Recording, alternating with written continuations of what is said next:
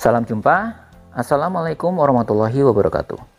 Setelah membahas 4 siklus sebelumnya, serta mensimulasikan pengauditan atas keempatnya, pada video ini kita akan membahas dan mencoba melaksanakan audit siklus investasi dan siklus pendanaan. Nama saya Gunggu, selamat datang di channel Gunggu Learning. Siklus investasi dan siklus pendanaan memiliki karakter bertolak belakang yang mirip dengan siklus penerimaan dan siklus pengeluaran. Bedanya ada pada jumlah dana yang diterima dan dikeluarkan serta aktivitasnya, di mana siklus penerimaan dan pengeluaran merupakan bagian dari aktivitas operasi. Siklus investasi merupakan siklus di mana klien harus mengeluarkan dana yang cukup besar untuk berinvestasi aset tetap dan atau investasi surat berharga. Sedangkan siklus pendanaan merupakan siklus di mana klien mengupayakan untuk menerima dana yang cukup besar dari pemilik dalam bentuk saham dan atau pihak ketiga lainnya dalam bentuk utang jangka panjang atau obligasi. Untuk memahami kedua siklus ini lebih lanjut, auditor dapat mencoba memahami karakteristik masing-masing yang dimiliki oleh kedua siklus serta melakukan prosedur analitika seperti terlihat pada bagan. Siklus investasi biasa diwakili oleh akun aset tetap, di mana saldonya material, meskipun jumlah transaksinya sangat sedikit, sehingga tidak sefluktuatif aset operasional seperti kas, sediaan, dan piutang. Siklus pendanaan yang terwakili oleh akun hutang jangka panjang merupakan sumber dana utama untuk melakukan pembelian aset tetap. Sehingga dari hal ini dapat terlihat bagaimana artikulasi dari kedua siklus ini. Satunya untuk menggalang dana, satunya untuk menggunakan dana tersebut. Prosedur analitika dapat mengungkapkan bagaimana siklus usang atas suatu aset tetap serta fluktuasi dari utang jangka panjang dan memperlihatkan kondisi klien secara umum.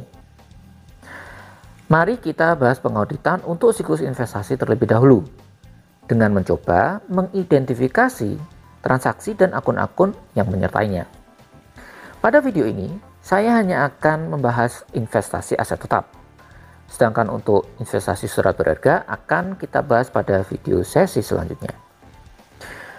Transaksi berkaitan dengan aset tetap biasanya dibagi menjadi: pertama, akuisisi aset tetap, yaitu melalui transaksi pembelian dan atau melalui proses produksi dari aset tetap. Transaksi pembelian aset tetap dapat dilakukan melalui berbagai metode yang akan melibatkan berbagai akun. Misalnya, akun kas, akun hutang jangka panjang, dan atau akun modal saham, tergantung sumber dana yang digunakan untuk membelinya. Kedua, transaksi akuisisi aset tetap juga bisa dibarengi dengan penyelesaiannya atau disposal. Misalnya, dengan menukar aset tetap lama dengan aset tetap yang baru, baik yang sejenis maupun tidak sejenis. Penyelesaian atau disposalnya sendiri dapat dilakukan dengan menjual aset tetap tersebut. Akun kerugian dan keuntungan atas penjualan atau penukaran aset tetap juga dapat muncul pada transaksi ini. Transaksi ketiga adalah untuk perbaikan dan pemeliharaan aset tetap, di mana perbaikan rutin biasanya akan dibebankan, sedangkan perbaikan yang dapat menambah kapasitas dan atau umur aset tetap akan dikapitalisasikan, ditambahkan ke dalam nilai aset tersebut. Transaksi terakhir atau yang keempat, itu untuk mengakui prinsip pencocokan, matching principles. Maka, aset tetap wajib dialokasikan cost-nya terhadap umur ekonomis, atau dengan kata lain mengakui beban depresiasi. Dan akumulasi dari beban depresiasi ini akan mengurangi kos aset tetap sehingga disajikan dalam nilai kos bersih atau disebut juga nilai buku. Selain itu, aset tetap juga dapat dinilai menggunakan nilai pasar, sehingga ada kemungkinan nilainya harus diturunkan atau diimpair. Cukup rumit bukan? Oleh karena itu, selanjutnya auditor perlu mengembangkan tujuan audit khusus atas transaksi-transaksi dan akun-akun yang tadi sudah kita bahas, yang diderivasikan dari tujuan audit umum. seperti terlihat pada tabel berikut. Kerumitan transaksi aset tetap terlihat pada tujuan khusus penilaian dan alokasi, serta penyajian dan pengungkapan.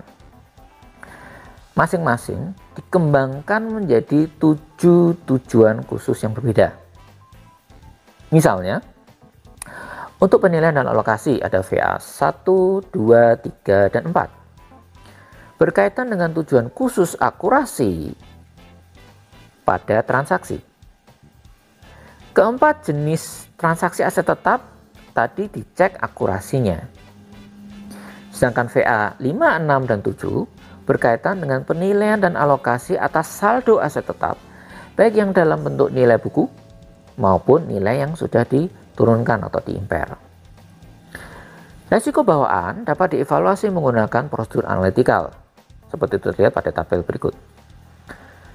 Kenaikan atau penurunan rasio yang tidak diharapkan dapat mengindikasikan berbagai resiko bawaan, mulai dari kegagalan dalam mengakui dan mencatat aset tetap, hingga kekeliruan dalam membebankan biaya perbaikan dan pemeliharaan, yang seharusnya dikapitalisasi tapi dibebankan atau sebaliknya.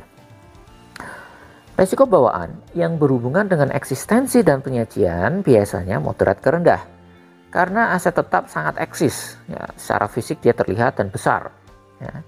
Dan penyajiannya biasanya ya apa adanya karena ya sangat eksis tadi. Namun untuk asersi kelengkapan, hak dan kewajiban, serta penilaian dan alokasi memiliki resiko bawaan yang tinggi hingga maksimal karena kompleksitas transaksi dari akun ini. Misalnya, untuk aset sewa guna yang akan mempengaruhi ketiga asersi tersebut secara signifikan. Apakah secara lengkap tercatat pada posisi keuangan atau di luar posisi keuangan off balance sheet? Menjadi hak dan kewajibannya siapa aset sewa guna ini? Serta penilaiannya yang perlu estimasi yang cukup rumit, ya, mengestimasi umur ekonomis dan lain sebagainya. Resiko pengendalian dari transaksi pembelian aset tetap itu berkaitan erat dengan resiko pengendalian pada siklus pengeluaran. Sehingga ya mirip-mirip ya pengendaliannya. Hanya saja ada beberapa pertimbangan khusus. Misalnya, untuk pembelian aset tetap jenis tanah dan gedung, biasanya jumlahnya besar, ya, cukup signifikan, sehingga dilakukan di bawah naungan manajemen atas, atau bahkan di bawah keputusan rapat umum pemegang saham, sehingga resiko pengendaliannya rendah karena sudah dinaungi oleh manajemen atas dan bahkan RUPS. Namun demikian, seperti resiko bawaan, selain eksistensi tadi, resiko pengendalian aset tetap ini secara keseluruhan adalah moderat ke tinggi.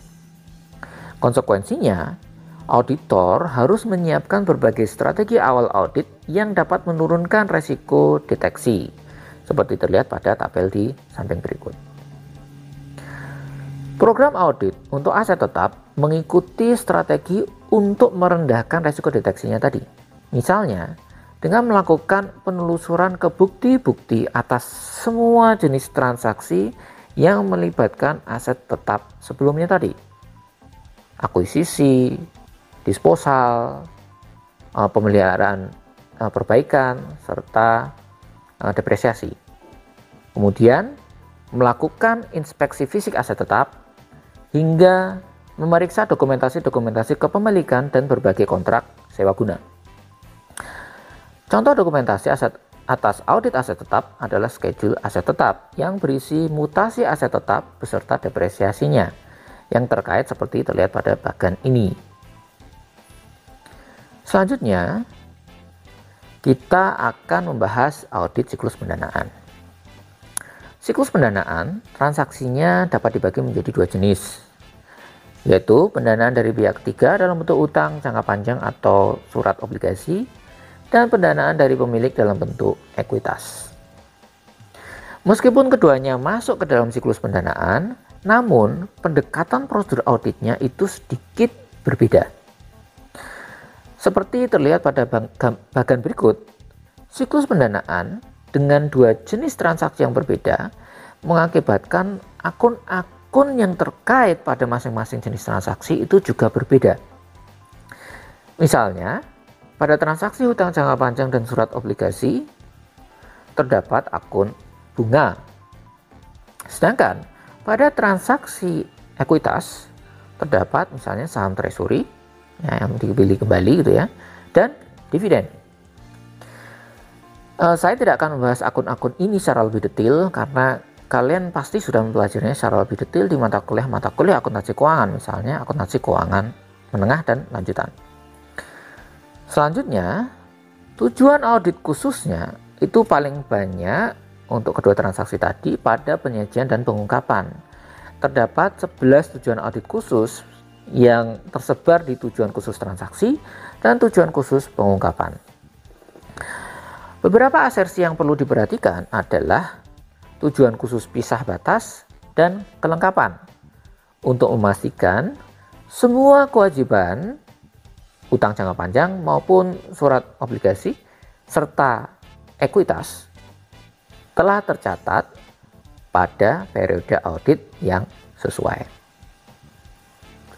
Selanjutnya, untuk memahami resiko bawaan kedua transaksi tersebut dapat dilakukan prosedur analitikal yang dapat memberikan gambaran kewajaran dari proporsi pendanaan yang berasal dari hutang maupun berasal dari pemilik. Pada umumnya, resiko bawaan dari siklus pendanaan yang tipe transaksi pertama yaitu surat utang moderat pada asersi, eksistensi, dan keterjadian serta penilaian dan alokasi karena sifat dari surat utang dan ketidakkompleksitasan perhitungan saldonya. Dokumentasinya banyak karena surat utang ya, sehingga eksistensinya terlihat dengan jelas. Asersi yang lainnya memiliki resiko bawaan tinggi hingga maksimum yang kemudian diturunkan pada resiko pengendalian dan dengan konsekuensi penetapan strategi untuk merendahkan resiko deteksi.